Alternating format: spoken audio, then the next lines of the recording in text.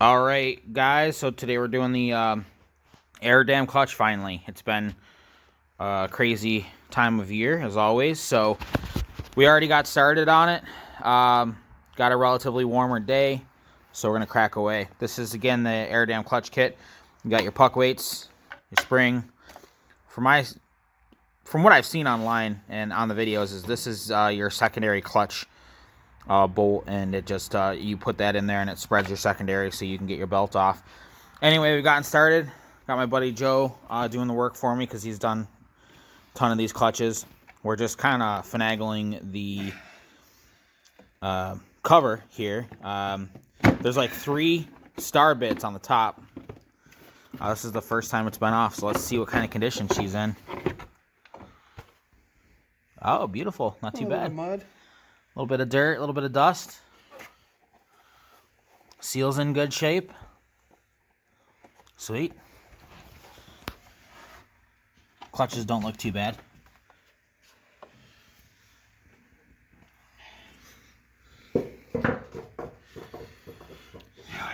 So it was, what'd you say, Joe? What were the sizes again?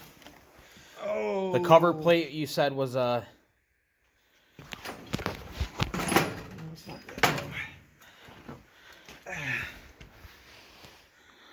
It was a number 5, which fit, but I don't know if that's the right one. But so the number 5, there was 3 of them to get the cover plate off, and then you had to go around next to remove the bolts off the cover itself.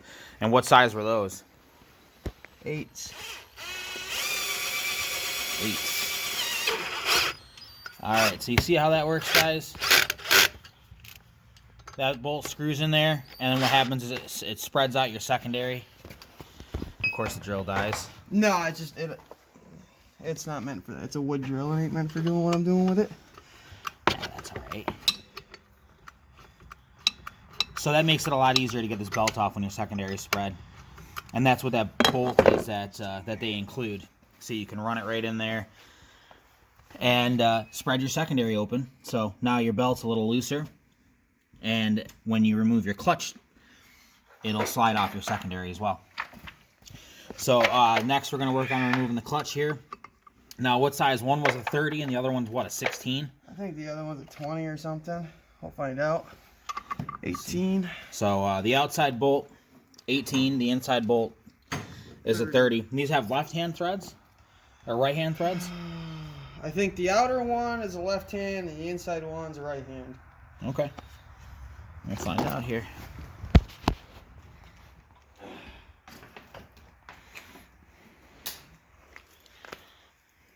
Oh, there we go. When in doubt, pull the impact out.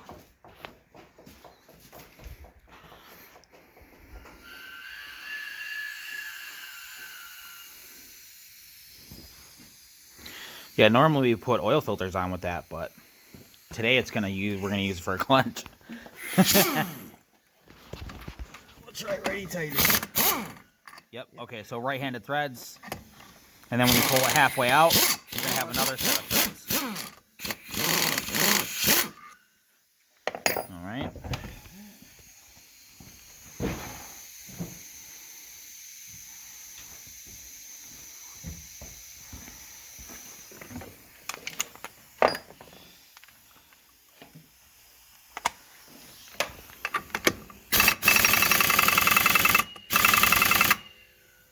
Let's try the other way.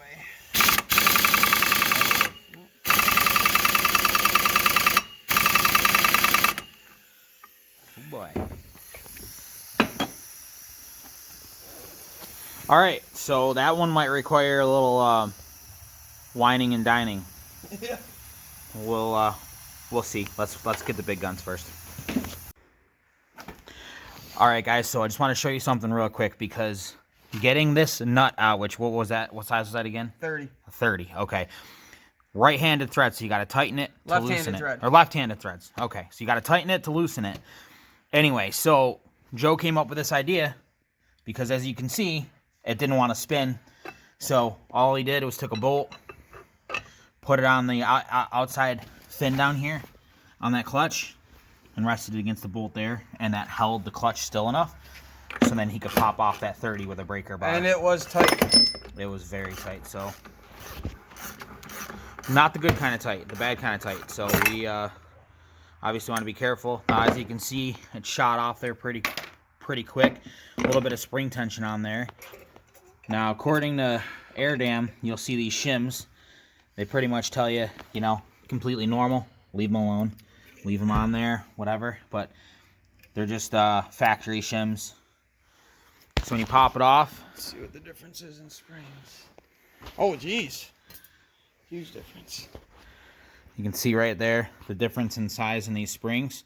So Both on the length and right, thickness. factory, on the left, aftermarket. So not only are they shorter, but they're fatter as well. So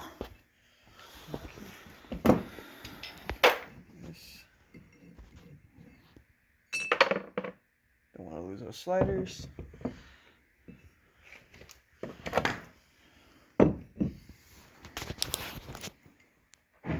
Let's just go in there.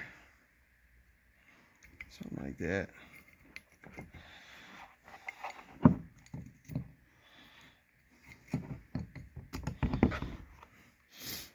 And then these are the pucks that we'll be replacing.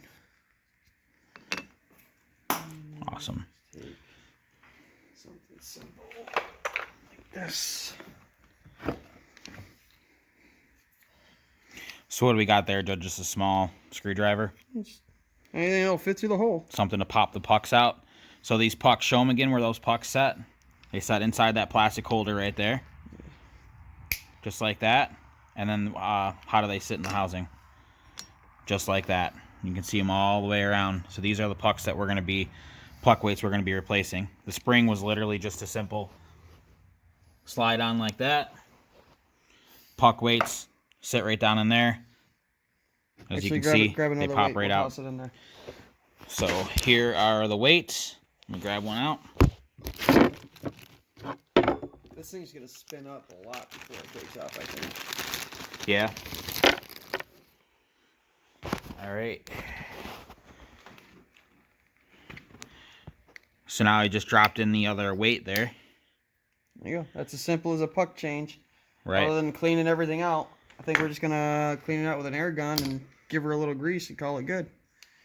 Pop the next one out just like that. And then we'll grab another weight out of here. There we go. Pop it in.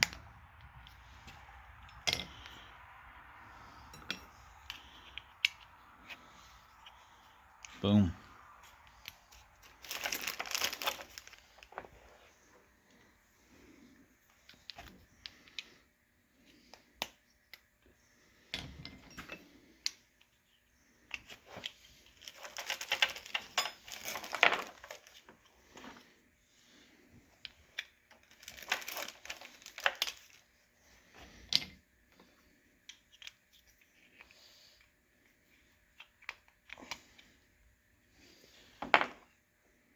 Now, if you want to do it quick and dirty, you probably do this whole thing in 20 minutes and be back riding.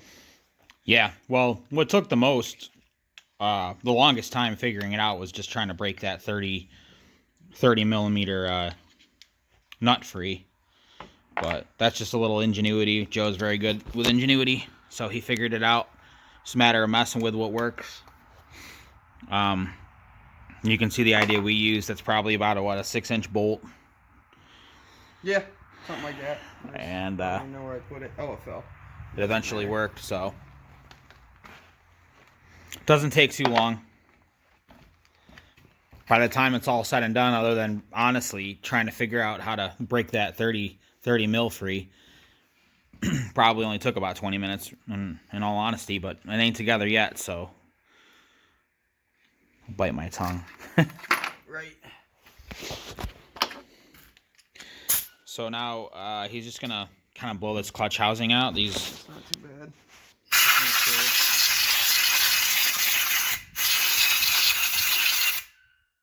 a little bit of dust, a little bit of dirt.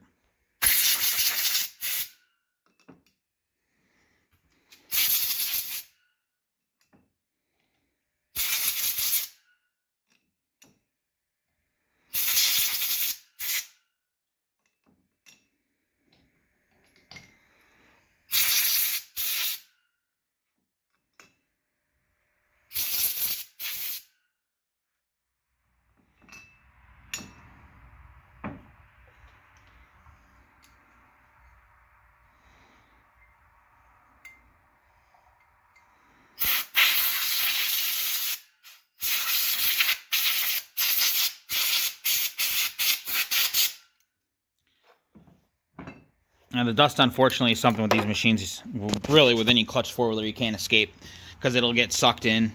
Your air intake, it'll, you know, it'll work its way in. Don't have to do. Put a little bit of grease where these go, just to aid in a little bit of slip and slide. It's supposed to be a dry setup, but a little bit of grease never helps, never hurts. So what Joe was saying is just a little bit of grease in there, and where those weights go, it's obviously a dry setup. Well, where it slides. But it aids with the sliding of the weights.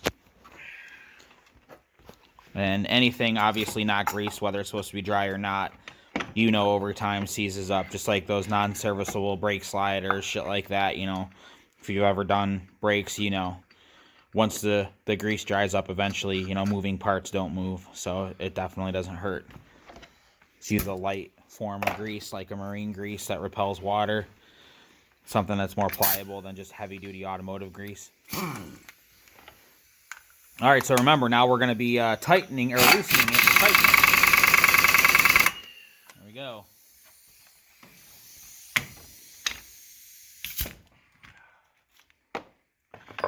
I put this on. Now remember, what direction are the threads, Joe? On the main clutch? Both of them are left hand. Both of them are left-handed. So when you're taking it off, you're going to be tightening it. It's going to feel real wrong, but it's going to work good. So both of them are left-handed threads. Just keep that in mind. So we're going to go ahead and put it all back together here, and that's pretty much it. So hopefully it all works, and you know, we make it out of the driveway. We'll see.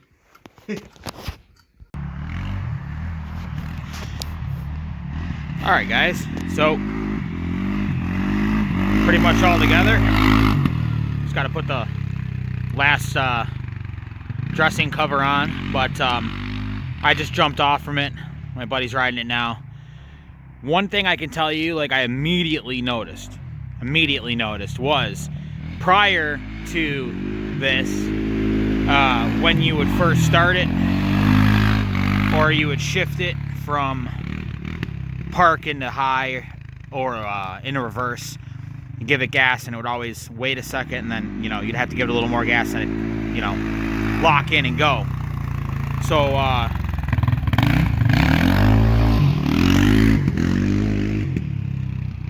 one of the first things I noticed was that it doesn't do that. It's right there. As soon as you start it, you put it in gear, it's right there. So it's automatically better in that sense. With there being snow on the ground, it's hard to get traction to feel the actual power gains because the tires are just breaking free. But like I said, immediately noticed that as soon as I put it in gear, you know, give it a little bit of gas, it's right there, it's ready to go. It definitely feels like it gets the power a little quicker. So we'll see. That's air dam clutches. My buddy Joe hooked it up. A little ingenuity. The whole project probably took 45 minutes. Yeah, maybe. That includes, you know, coming up with a way to block that clutch up, stop it from spinning. You might be able to come up with a better way. That way worked for us. Quick shout out to Redneck Garage for commenting on my last video regarding air dam clutches. He does offer a cheaper alternative. Points out a good thing that if you know what you're doing with clutches and weights and springs, you can essentially assemble your own kit for cheaper. Myself, I didn't really want to go ahead and piece it together. I just spent the extra money at Air Dam and bought their clutch. If I was staging up the clutch, it'd be closer to maybe like a $200 bill. And Redneck Garage said essentially you can piece one together at a cheaper price. So if you know clutches, you know weights, or you know somebody like my buddy that knows how to do it, then yeah, if you want to save $100, certain things I'll say I am cheap on, like the exhaust tip. I didn't want to pay $120 for that. And, you know, I had the ingenuity and the know-how to do that myself. Now, with a clutch, I'm not really going to risk putting it together myself and screwing something up. But with a guy like the guys over at Redneck Garage, they have the ability. They're amazing. So thanks for commenting on my video. If you guys have any questions or whatever, hit me up. I did it about the best way I'm going to do it. Everything might not have been done 100% by the Haynes manual, but guess what? It's done. It works. And I don't have any worries or concerns. So I'll be making another video as soon as hunting season's over. We're going to go out and hit the woods and rip some shit up. So that's it. Appreciate you guys.